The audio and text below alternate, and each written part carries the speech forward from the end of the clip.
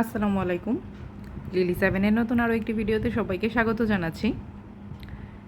আজকে ঠান্ডা ঠান্ডা ওয়েদারে আপনাদের সাথে আমার কিছু অভিজ্ঞতা শেয়ার করব। মনটা ভীষণ খারাপ, কারণ খুব একটা বাজে অভিজ্ঞতার মাঝখান দিয়ে গিয়েছি, যা কিনা গত 3-4 বছরে আমার এরকম অভিজ্ঞতাটা হয়নি। তো যাই হোক, যা হয় সব কিছু ভালোর জন্য হয়, এটা বিশ্বাস করে এটা মেনে নিয়েই আমি কাজ করে যাই। আর মানে প্রাত্যহিক জীবনে এটাই মনে হয় বিশ্বাস করা, মেনে নেওয়াই উত্তম, কারণ সব কিছু তো আমাদের নিয়মে চলে না বা আমাদের মনের মতো হয় না। তো চলেন আজকে দেখাবো কিছু ছোট ছোট জিনিস, আমার উদ্যোগের বিভিন্ন আইটেম, বিভিন্ন সময়ের কিছু ক্লিপ আর বিভিন্ন জুয়েলারি, সব কিছু মিলিয়ে আজকের একটা ব্লগ। আর সাথে যে ঘটনাটা ঘটিয়েছি, অ্যাকচুয়ালি আমি ঘটাইনি, যে ঘটনাটা আমার সাথে ঘটে গেছে সেটাই আজকে আপনাদেরকে বলবো। তো অনলাইনে যারা উদ্যোক্তা আছে, মানে অনলাইন উদ্যোক্তা বেসিক্যালি যাদের বলে, করোনাকালীন সময়ে যাদের কাজে শুরু হয়েছে, তারাই সাধারণত বেশিরভাগই অনলাইনে অ্যাক্টিভ থাকে। তো অনলাইনে তাদের সেল হয় বিভিন্ন গ্রুপ থেকে বা বিভিন্ন পেজ থেকে, কিংবা নিজেদের পার্সোনাল ব্র্যান্ডিং দিয়ে তারা সেল করে থাকে। তো এইভাবে আমার একটা পার্সোনাল ব্র্যান্ডিং, আমার যে বিজনেস পেজ আছে সেটার কিন্তু বেশি স্ট্রং একটা ব্র্যান্ডিং আছে। আপনারা যারা চিনে থাকেন তারা তো চেনেন, আর যারা চেনেন না তাদের জন্য বলে দিচ্ছি, সেটার নাম হচ্ছে সাজুনি বুড়ি।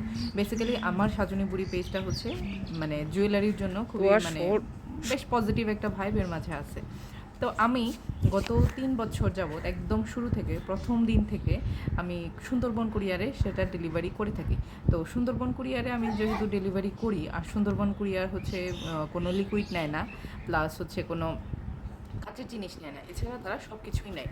আর আমার জুয়েলারি জিনিসটা কিন্তু খুবই ছোট ছোট, একদম ছোট ছোট জিনিস। এটা বিভিন্ন যেহেতু পুঁতির কাজ বা বিস্কের কাজ, তো একদম ছোট বলা চলে, এর কোনো পরিমাপ নেই। একটুখানি একটা প্রোডাক্টের জন্য আমার সেই হলুদ পুলি নিতে হয়, এত বড় একটা পুলি নিতে হয়, তো ওটাতে আসলে ওটার সাথে ওটা যায় না কোনোভাবেই। কিন্তু ওদের যেটা রুলসের বাইরে তো ওরা কাজ করবে না।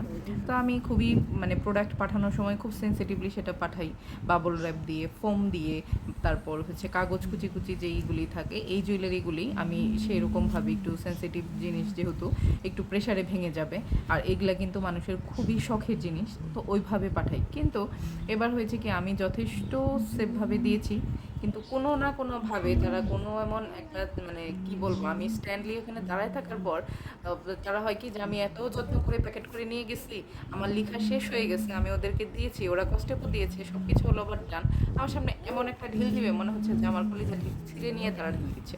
কারণ জিনিসটা আমার কাছে অনেক যত্নের, ওদের কাছে সে যত্নের কোনো মূল্যায়ন নাই। তো এটা যখন আমার সামনে জাস্ট একবার একটা অফিসে হচ্ছে, ওরা কিন্তু ঢাকাতে গিয়ে চেক করতেছে, বিভিন্ন হাবে চেক করতেছে, তো চেক করার সময় ওরা তো এইভাবে ঢিলাই ঢিলাই সেটা চেক করে, বা বস্তায় যখন সেটাকে তুলে এরকম প্রেশারাইজড করে। তো আমার এই যে অ্যান্টিকের জুয়েলারিগুলি, ছোটো ছোটো কানেকশনগুলি, এগুলো কিন্তু একটু বেশি প্রেশার পেলে কিন্তু সেটা খুলে যায় বা ভেঙে যায়, যেহেতু ইমিটেশনের জিনিস, এটা সবারই বোধগম্য। তো এরকম কোনো একটা কাহিনী সে করছে, কোন হাবে কে করেছে সেটা তো আর আমি বলতে পারতেছি না। তো করার পর হয়েছে কি, আমার কাস্টমারের যে এত পছন্দের একটা জুয়েলারি তার ছিল, সে কানের যে জয়েন্টটা ছিল সেটা খুলে গেছে। এখন সেটা খুলে গেছে, তো খুবই দুঃখের বিষয়। তো এখন আমাকে সে যখন জানাইছে, প্লাস ছবি দিছে, আমি ভিডিওতে ছবিটা এড করিনি, তো সেই ছবি দেখার পর এখন আমার কি করা উচিত বলেন, একটা সেলার হিসেবে আমার কি করা উচিত? এখন আমার কাছে মনে হয়েছে, যদি আমার জিনিসটা ভেঙে যায়, আমি তো টাকা দিয়ে নিচ্ছি, আমি তো ফ্রি নিচ্ছি না, এর ড্রাইভারটা উনি কেন নেবে? এর ড্রাইভারটা অবশ্যই আমার। তো আমি ব্যক্তি মানুষের, আমার বিবেক থেকে আমার মনে হয়েছে যে না, আমি আরেকটা বানিয়ে তাকে ফুলি ফ্রিতে সেটা পাঠাবো। তো সেই ক্ষেত্রে আমার চার্জটা আবার গেছে, তারপর হচ্ছে আবার নতুন করে সেটাকে বানাইতে হয়েছে, ওর একটা কস্টিং। এটাতে কিন্তু আমার কোনো দোষ নেই, আমার কোনোই ফল্ট নেই, আমি আমার দিক থেকে সর্বোচ্চটা দিছি। কিন্তু বাই চান্স ওইটা একটা অ্যাক্সিডেন্ট হয়ে গেছে। এখন আমি সুন্দরবন ছাড়া যে অন্য কোনো কুরিয়ারে দিব, তারা তো আরও সিকিউর থাকে না, বা তাদের সাথে আমার অভিজ্ঞতা নাই, আমি সবসময় সুন্দরবন পার্সেল কুরিয়ার করে থাকি।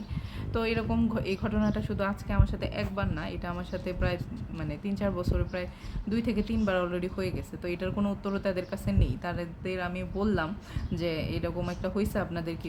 তারা নিষ্প্রাণ, তাদের কোনো আর কি দায়ভার নাই, তারা কাকে ধরবে, কি বলবে, এত এত প্রোডাক্ট যাচ্ছে। তো যাই হোক, আজকে তো এগুলাই দেখাইলাম, আমার মনটা ভীষণ খারাপ। কি হলো এটা? যাই হোক, তোমার